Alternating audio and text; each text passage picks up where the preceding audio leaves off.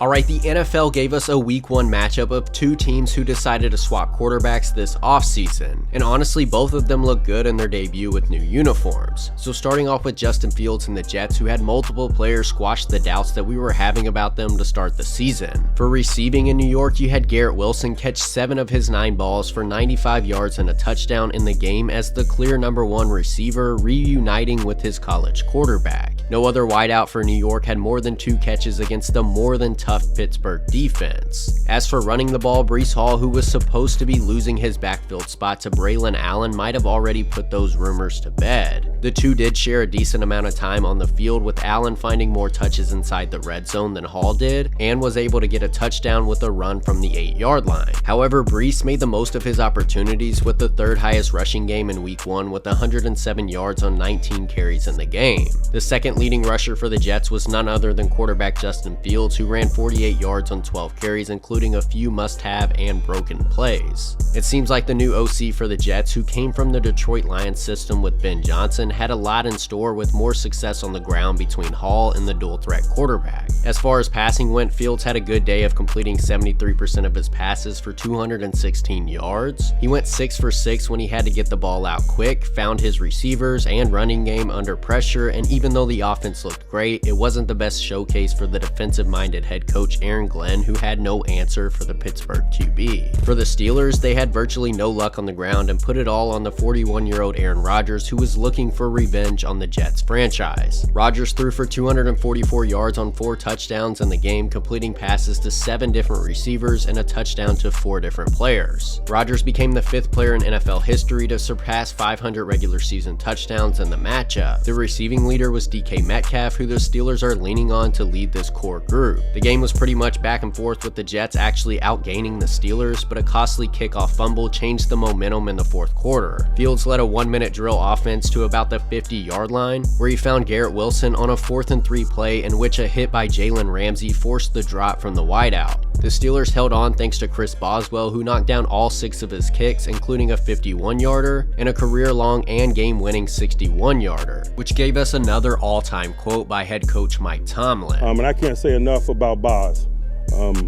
And our kicker is a serial killer. Let me know if you enjoyed this video and want me to do more breakdowns of every game just like this. If so, comment down below what other game you want me to break down from week 1 and which game you're most excited for in week 2.